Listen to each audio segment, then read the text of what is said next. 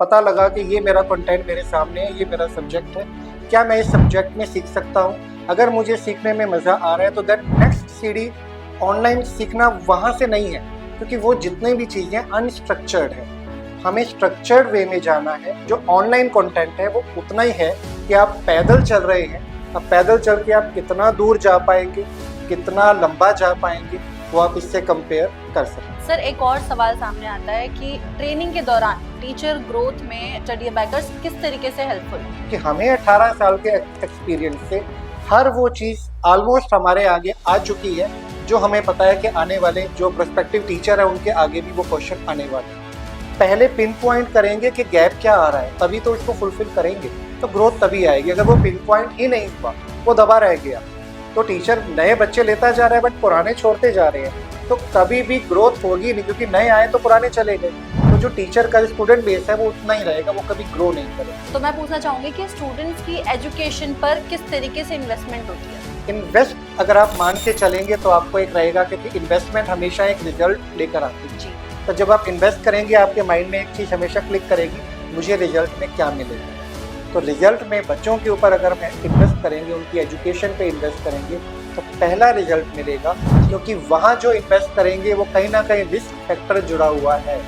वो मे भी माइनस भी जा सकता है, प्लस भी जाएगा, जो भी उनकी ग्रोथ रहेगी वो जाएगी। बट ये एजुकेशन में जो ग्रोथ मिलेगी वो उन सबको बीट करेगी, क्योंकि अगर बच्चा अच्छे लेवल पे वर्क कर गया तो आने वाले टाइम पे जो 30, 35, 36 लाख रुपए की है ना, वो के पैकेज में आपको रिवर्ट कर देगा। गोल्स हैं उनको फुलफिल करने हैं। बट मैं ये कहता हूँ कि हमें सिप के लिए बोला जाता है, हमें म्यूचुअल बोला जाता है।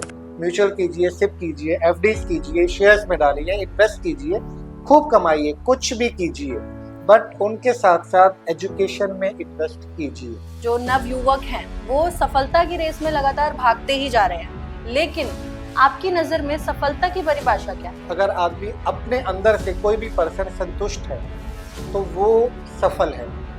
अब वो संतुष्ट 2 रोटी में भी हो सकता है, 2 पहिए की गाड़ी में भी हो सकता है, और कोई ऐसे भी होंगे जो शायद संतुष्ट एक मर्सिडीज में भी संतुष्ट नहीं है ना, एक एक्सेस गाड़ी में भी 1.5-2 करोड़ की गाड़ी है उसमें भी संतुष्ट नहीं है, और बेंटले में भी संतुष्ट नहीं है। तो संतुष्टि जो या जो सफलता है वो मैं संतुष्टि मानता हूँ। अगेन लास्ट पॉडकास्ट में हमने कहा था कि ज्ञान तो बहुत मिल जाता है, हमारा पर्पस ज्ञान देना नहीं, हमारा पर्पस हमारे एक्सपीरियंस को आपसे शेयर करना है। नमस्कार दर्शकों, मैं नैन्सी कुमारी आपका फिर से हार्दिक स्वागत करती हूँ हमारे एक और नए एपिसोड में। जैसे कि आपने हमारे चैनल पर पिछले एपिसोड्स देखे होंगे जिसमें आपको स्टडी अबैकस के बारे में ऑलमोस्ट सारी ही इंफॉर्मेशन देने की कोशिश की जा रही है। मतलब कि लोगों के बहुत से क्वेश्चंस होते हैं, बहुत सी जानकारी जो उनको नहीं मिल पाती है समय के साथ में, तो उनको उनका जवाब देने की कोशिश की जा रही है। तो आज एक और एपिसोड में मैं आ गई हूँ आपके सारे सवालों का जवाब देने के लिए, जो कि हमारे साथ मौजूद है समीर कात्याल जी, को founder of study abacus and MD. नमस्कार सर, आपका हार्दिक स्वागत करती हूँ हमारे एपिसोड में। मैं आपको बता दूं कि बहुत से लोगों का ये सवाल होता है कि किस तरीके से ट्रेनिंग, एजुकेशन, ग्रोथ मिलती है स्टडी अबैकस में, और ये सारे सवालों के जवाब हमारे साथ समीर कात्याल जी खुद बैठे हैं देने के लिए, कि लोगों का जो भी सवाल है हम सारी इंफॉर्मेशन देंगे। और स्टडी अबैकस की शुरुआत से अभी तक सारी परिस्थितियों को देखने के बाद वो सारी चीजें इतनी क्लैरिटी के साथ देने वाले हैं। तो चलिए शुरुआत करते हैं वीडियो की।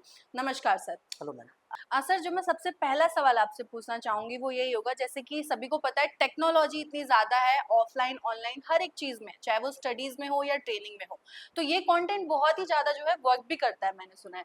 तो आपका इस बारे में क्या कहना है? ऑनलाइन ट्रेनिंग टीचिंग जो है वो कितनी इफेक्टिव होती है? देखिए, ऑनलाइन टीचर ट्रेनिंग, जैसे कि हमारा सब्जेक्ट है, हम लोग टीचर ट्रेनिंग प्रोवाइड करते हैं अबेकस और वैदिक मैथ्स और इंग्लिश की टीचर्स को। ऑनलाइन टीचर ट्रेनिंग के लिए पहली चीज़ है, जब हमारे पास टीचर्स आते हैं तो वो उनका पहला क्वेश्चन रहता है कि सर इतना तो मैंने सीखा हुआ है। तो हम उनसे पूछते हैं कि आपने कहाँ से सीखा है, तो वो बताते हैं कि मैंने ऑनलाइन वीडियोस देखे हैं, यूट्यूब में देखे हैं, और मेरे पास कुछ कंटेंट गूगल से मेरे पास में आया था, वहाँ मैंने देखा है उनको। तो फिर हमें लगता है कि जब हम उस कंटेंट को सर्च करते हैं, कि देखते हैं कि ठीक है इन्होंने अगर सीखा है तो क्या सीखा है, तो वहाँ जो हमें कंटेंट नज़र आया बेसिकली वो बहुत नॉमिनल कंटेंट है, बहुत थोड़ा कंटेंट है। देखिए, सिंपल सी चीज़ है कि कोई भी चीज़ अगर बेची जा रही है, चाहे ऑनलाइन में चाहे ऑफलाइन में, उसको एक शो ऑफ तो करना पड़ेगा। शो ऑफ करने के लिए हमें लाइक अगर कोई शॉप है तो हमें शॉप लेनी पड़ेगी, शॉप के बाहर एक बोर्ड लगाने पड़ेंगे। अगर एक हमारा मॉल के अंदर हमारी शॉप है तो भी हमें एक होर्डिंग चाहिए, बोर्ड चाहिए, हमें कुछ एड पर्पस के लिए चीज़ें चाहिए। अब अगर कोई एजुकेशन सेंटर है जिसका कोई शॉप नहीं है, जिसकी कोई मॉल में कोई इसकी प्रेजेंस नहीं है, तो वो अपने आप को प्रमोट करने के लिए, इवन हम भी कोई भी कंटेंट देंगे यूट्यूब पे या गूगल पे, जो भी डालेंगे वो इतना कम डालेंगे, क्योंकि रीज़न क्या है, वो सिर्फ एक अवेयरनेस पर्पस के लिए जाए, वो उसका पर्पस सिखाना नहीं है। सिखाने के लिए तो teacher should have to go to the particular teacher और ट्रेनर और मेंटोर, उसको जाना ही पड़ेगा। अगर वो नहीं जा रहा है उस थोड़े से कंटेंट को लेकर, अगर किसी को भी लगता है कि मैंने सीख लिया, तो आई थिंक ये बड़ा हास्यास्पद है, ये पॉसिबल नहीं है। और चलिए, उसने अगर अपने लिए सीख भी लिया, उसके बाद अगर वो उसको यूटिलाइज कर रहा है लाइक अपने प्रोफेशन के लिए, तो वो बहुत ही एक थोड़ा कंटेंट उनके पास में है, नॉट टू बी पॉसिबल कि वो उससे कोई बहुत ज़्यादा रन कर पाएंगे।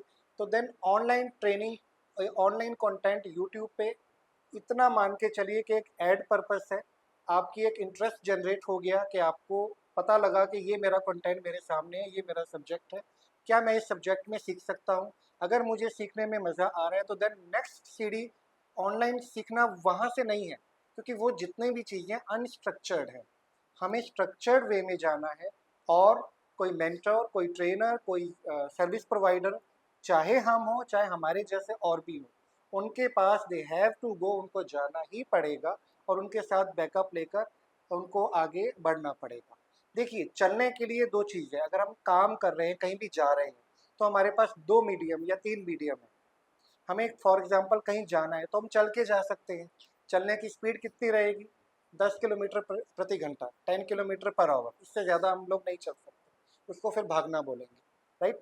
भागेंगे तो थक जाएंगे और ज़्यादा दूर तक नहीं जा पाएंगे, मुश्किल से 10, 20, 30 किलोमीटर हम लोग चल के जा पाएंगे। दूर जाना है तो देन फिर हमें कन्वीनियंस चाहिए, तो कन्वीनियंस के लिए अगेन कार है, बस है।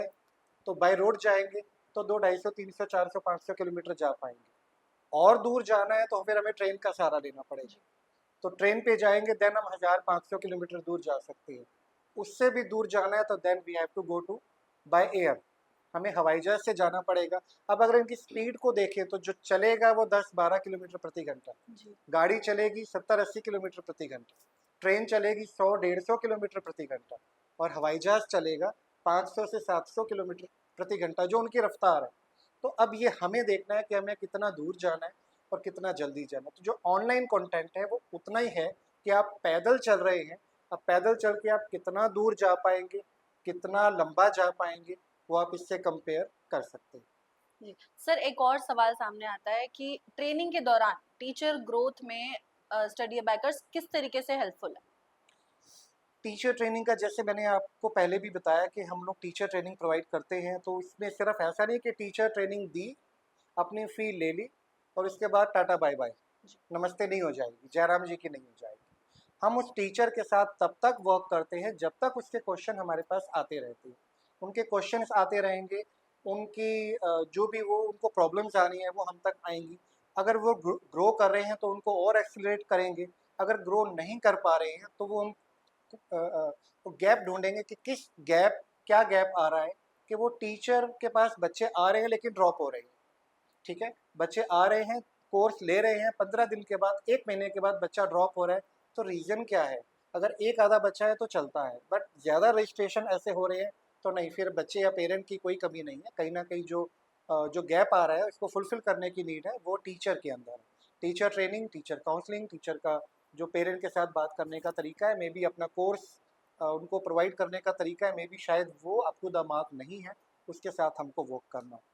और ग्रोथ के साथ में हमें ये भी देखना है कि एक टीचर के पास एक बच्चा जाएगा तकरीबन 1.5 से 2 साल, 2.5 साल के लिए।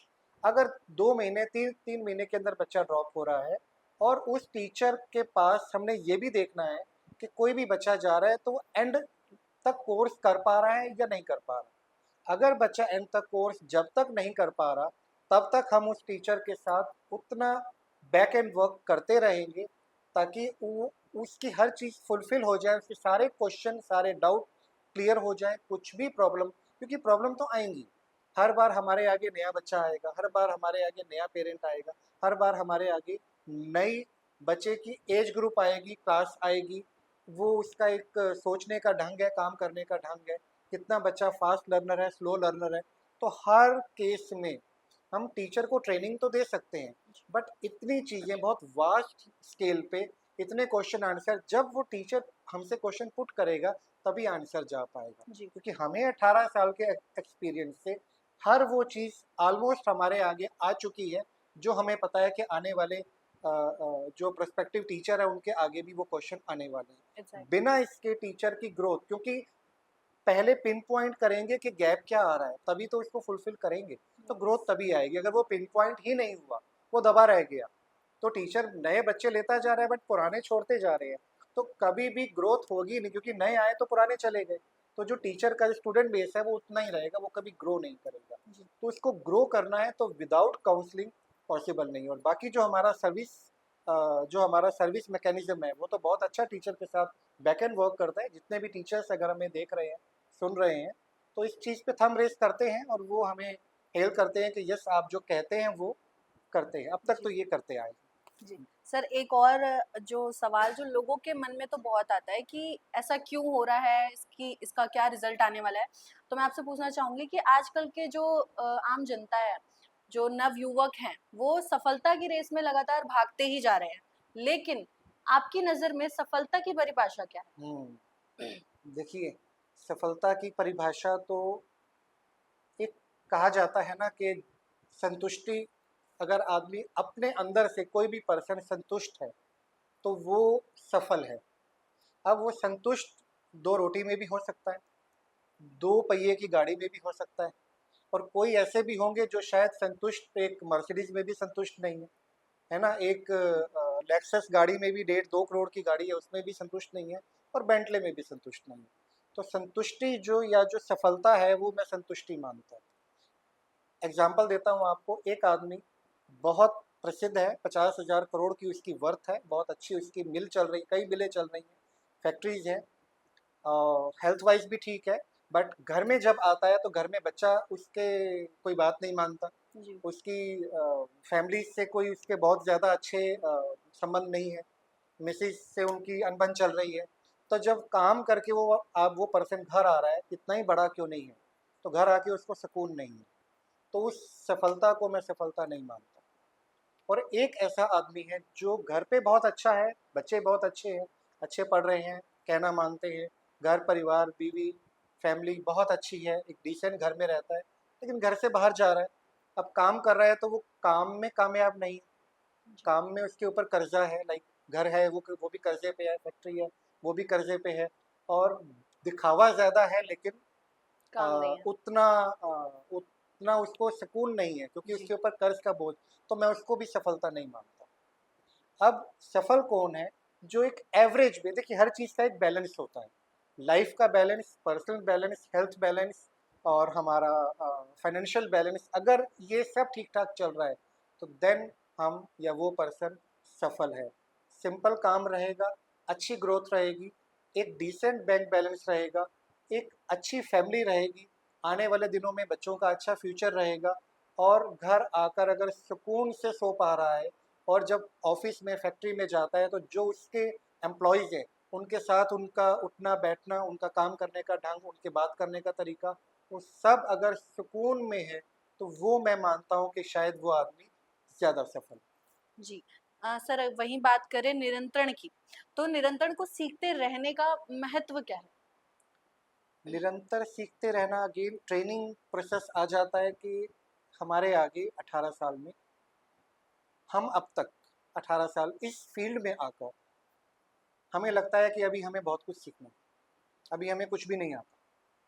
जितना हमने सीखा उससे हमें और सीखने की अभी और तमन्ना है हमारे, और हम सीख रहे हैं, राइट। अगर हम इस पॉडकास्ट में यहाँ बैठे हैं तो ये भी एक उदाहरण है कि यस हम निरंतर सीखना चाहते हैं, और जो हम सीख रहे हैं वो आगे पास ऑन करना चाहते हैं आने जी आने वाले टाइम को, आने वाली जनरेशन को। तो जब शायद हम नहीं रहेंगे तो इसी हमारे वर्ड्स को वो आगे सुन पाएंगे, तो शायद जो हम बताना चाह रहे हैं उनको वो लोग देखेंगे। हमारे आगे बहुत से लोग ऐसे आते हैं कि हमें ये ट्रेनिंग ले ली, हमने ये सीख लिया, अब हमने तो सीख लिया, अब हम काम करेंगे, राइट। तो साल 2 साल के बाद जब वो काम करते हैं तो थोड़ी बहुत ग्रोथ आ जाती है, जिन्होंने जितनी ग्रोथ चाही मे बी उन्होंने ले भी ली, लेकिन एक टाइम के बाद आकर वो पहले तो एट पार हो जाएगी, उसके बाद बिलो एवरेज हो जाएगी। क्योंकि सीखते रहना बहुत ज़रूरी है इस टाइम पे, क्योंकि एक टाइम था जब एक दशक लगता था किसी भी चीज़ को पुराना होने में। जी अगर 80s के दशक में एक ब्लैक एंड वाइट टीवी आया तो उसके बाद में कलर टीवी आने में तकरीबन 5 से 10 साल लगे। मुझे याद है 84 में कलर टीवी हमारे देश में आ चुका था, हाँ जी राइट। उससे पहले 70s में हमारे पास में ब्लैक एंड वाइट टीवी थी।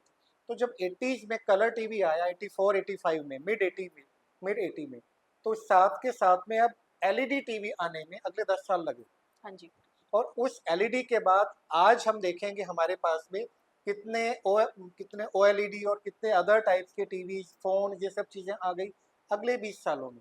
और अगर आप स्मार्टफोन की बात करें तो पिछले 12 साल 15 साल हुए स्मार्टफोन को हमारे इंडिया में एक आम इंसान तक आए हुए। जी और आज स्मार्टफोन की क्या हालत हो चुकी है आप देख सकते हैं। बिल्कुल और अगला आने वाला टाइम अब वो 5-10 साल का नहीं रहा, वो 2 से 3 साल में अपग्रेड चीज़ें होंगी। आज ही देखें, आप एक फ़ोन लेते हैं, कितने दिन आप फ़ोन चलाते हैं, आपको लगता है कि नहीं मेरा फ़ोन पुराना हो गया, अब मुझे नया लेना है। तो एक एवरेज में एक साल में हिंदुस्तान में एक पर्सन एक साल में एक फ़ोन चेंज कर लेता है।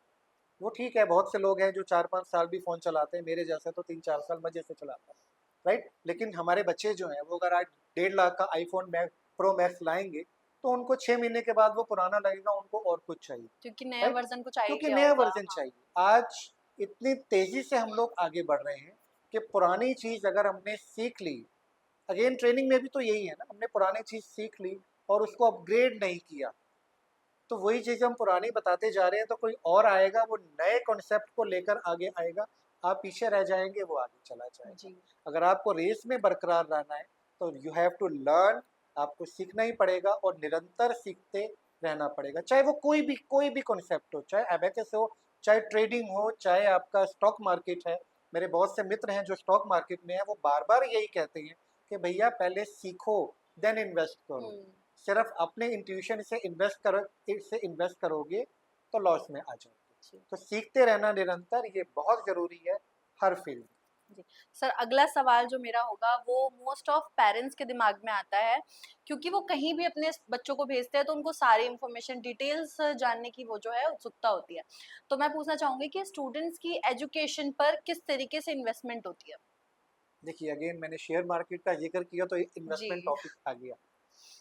स्टूडेंट की इन्वेस्टमेंट, देखिए अगर आप, मैं स्टूडेंट की बात, क्योंकि हम स्टूडेंट के साथ वर्क कर रहे हैं, हम लोग अपने सेमिनार्स में, पेरेंट मीटिंग में टीचर्स को, पेरेंट को यही बताते हैं, क्योंकि हर टीचर भी एक पेरेंट ही तो है, बीइंग हम भी तो एक पेरेंट है ना। यस सो हमने भी वही चीज़ देखी है कि एक बच्चे की जब हम परवरिश करते हैं तो उसमें हम कुछ खर्च करते हैं, ऑब्वियसली अच्छा खर्च करते हैं, चाहे उसकी एजुकेशन हो, चाहे उसकी उनके टेक केयर हो, चाहे उनकी फूडिंग हो, चाहे उनकी एजुकेशन हो, चाहे उनकी ग्रूमिंग हो, चाहे उनकी हेल्थ हो, उस हर चीज़ में, चाहे उनका फूडिंग हो, खाने पीने की व्यवस्था, घूमने फिरने की हर चीज़ पे हम एक खर्च करते हैं। तो मैं ये कहता हूँ वो खर्च नहीं है, वो एक इन्वेस्टमेंट है।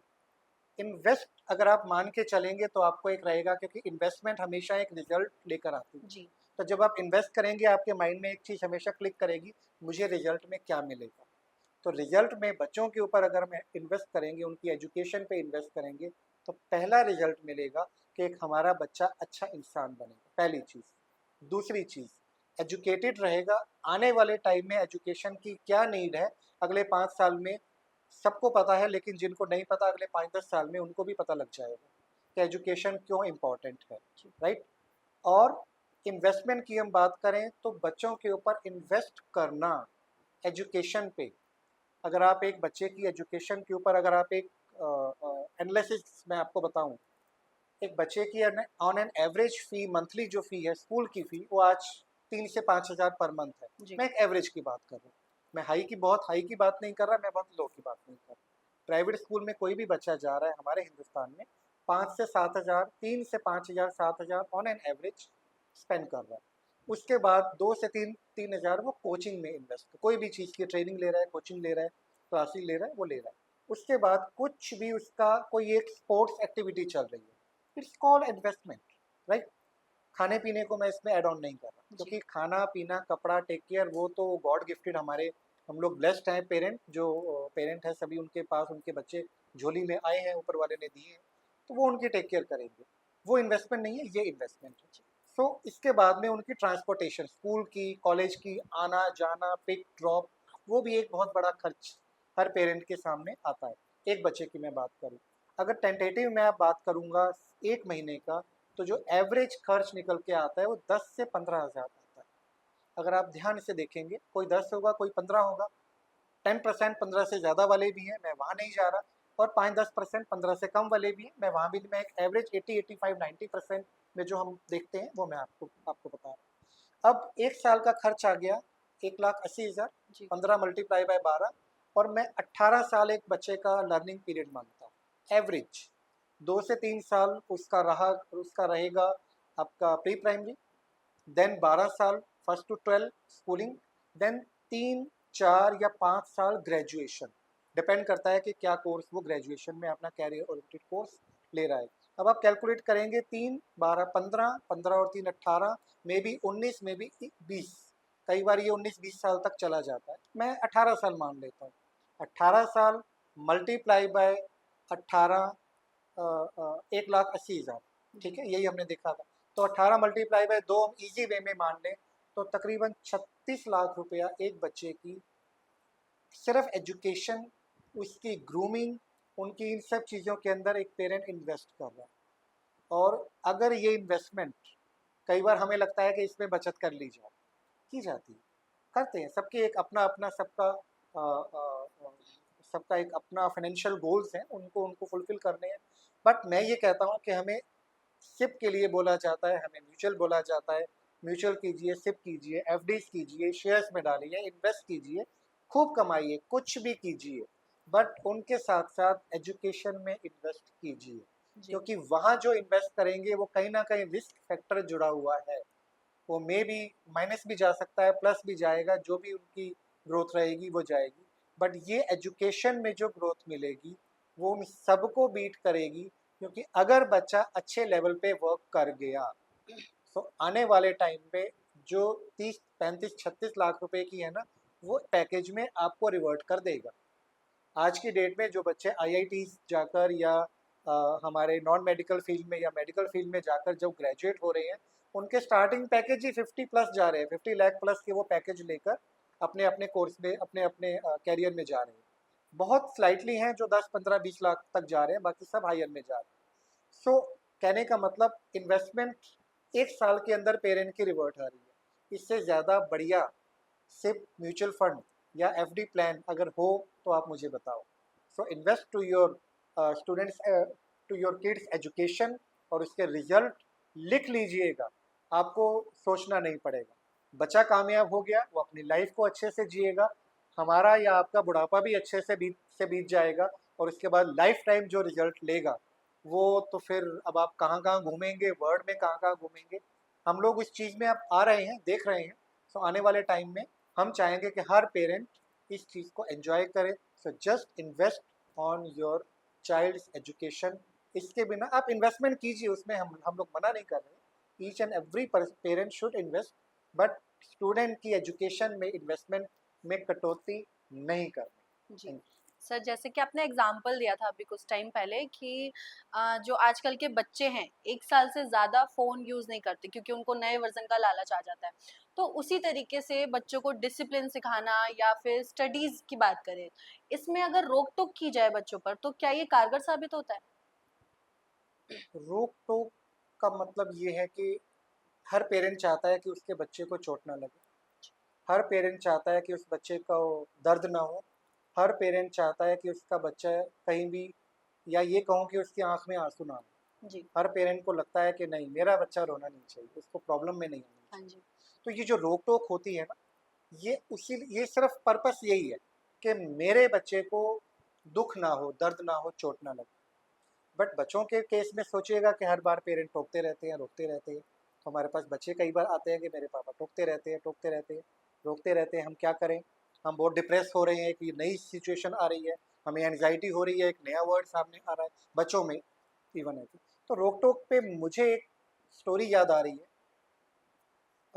किसी बड़े से मैंने सुना हुआ है, कि मेरे वर्ड्स नहीं है, मैंने सुना हुआ है, मैं आपको शेयर करता हूँ। सो एक बच्चा कहता है कि मुझे पापा आप हमेशा रोकते टोकते रहते हो।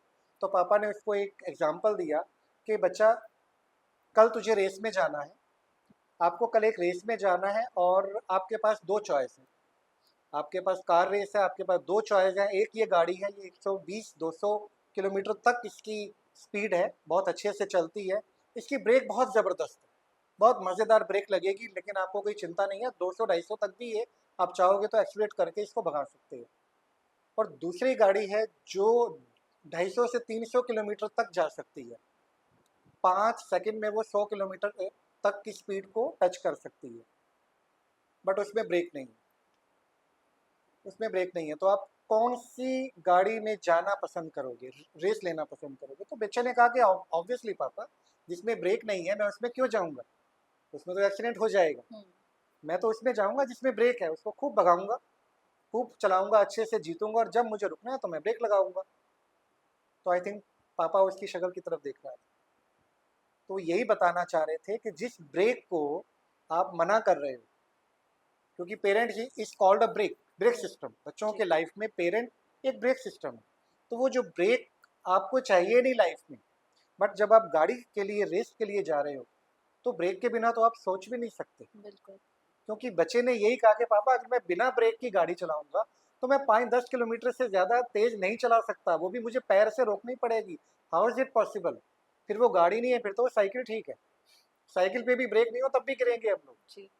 तो कहने का मतलब ब्रेक सिस्टम यानी कि रोक टोक, मैं बेवजह रोक टोक नहीं नहीं बोल रहा हूँ, लेकिन पेरेंट्स को एक तजर्बा है, बड़े लोगों को, दादा दादी, नाना नानी, ये एक तजर्बा लेकर बैठे हुए हैं लाइफ का। अगर ये हमें कुछ बताना चाह रहे हैं, या रोकना चाह रहे हैं, या आने वाले खतरे से आगाह करना चाह रहे हैं, तो इस कॉल्ड ब्रेक सिस्टम। तो ब्रेक सिस्टम के बिना तो चलना भी मुश्किल है, गाड़ी में बैठना भी मुश्किल है। तो लाइफ में ब्रेक सिस्टम ना हो तो वो शायद हमारे लिए बहुत घातक होगा। सो अब इसमें और बहुत सी चीज़ें कहना चाहता हूँ। मैं चाहता हूँ समझदार को इशारा काफ़ी है। जी। अगर बच्चे खुद, पेरेंट खुद इस चीज़ को समझेंगे तो ज़्यादा कारगर होगा। जी, तो जैसे कि आपने देखा कि इस एपिसोड में ऑलमोस्ट सारे ही सवालों के जवाब देने की कोशिश की गई। मतलब स्टडी अबैकर से भी रिलेटेड और जीवन से जुड़े भी कुछ ऐसे सवाल जो बच्चों के दिमाग में भी आते हैं और पेरेंट्स के दिमाग में भी सबसे पहले आते हैं। तो सभी का जवाब बहुत ही सफलतापूर्वक जो है सर ने दिया।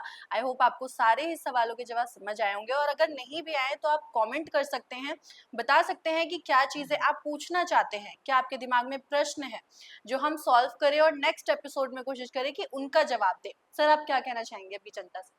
देखिए, अभी ये पॉडकास्ट की जर्नी तो स्टार्ट हुई है, हम आपके आगे बहुत लंबे समय तक रहेंगे। अपनी बात आप तक, देखिए हम अपनी बात, अगेन लास्ट पॉडकास्ट में हमने कहा था कि ज्ञान तो बहुत मिल जाता है, हमारा पर्पस ज्ञान देना नहीं है। हमारा पर्पस हमारे एक्सपीरियंस को आपसे शेयर करना है। अगर हमारा एक्सपीरियंस, जो हमने स्टार्टिंग में प्रॉब्लम्स देखी, स्ट्रगल किया, फिर आगे बढ़ रहे हैं और स्टिल स्ट्रगल भी कर रहे हैं और सीख भी रहे हैं, क्योंकि सीखने में भी तो एक स्ट्रगल है ना। तो ये सीख जो हम ले रहे हैं, अगर हम, हमारे बाद हमारे बाद हम भी कोई नश्वर तो नहीं, जी। तो हमारे जाने के बाद ये चीज़ें, हमारा एक्सपीरियंस हमने आपसे शेयर ही नहीं किया, तो शायद हमें लगता है वो वर्थ नहीं होगा। तो जितना एक्सपीरियंस हमने लिया है वो हम चाहेंगे इस पॉडकास्ट या आने वाले हमारे एपिसोड के माध्यम से आप लोगों को दें, आप लोग सीखें। जितनी प्रॉब्लम्स आपकी अगर आ सकती हैं, मुझे लगता है कि आपको उनके एक एक करके आंसर्स, इन सब चीज़ों से अगर हम 50% भी दे पाए, तो आई थिंक हमारा ये जो हमारा अभियान है, या जो हमारा प्रयास है, ये सफल हो जाए। Thank you. धन्यवाद सर। तो मिलेंगे आपसे एक और नए एपिसोड में जहां पर आपके सवाल और हमारे जवाब होंगे। धन्यवाद।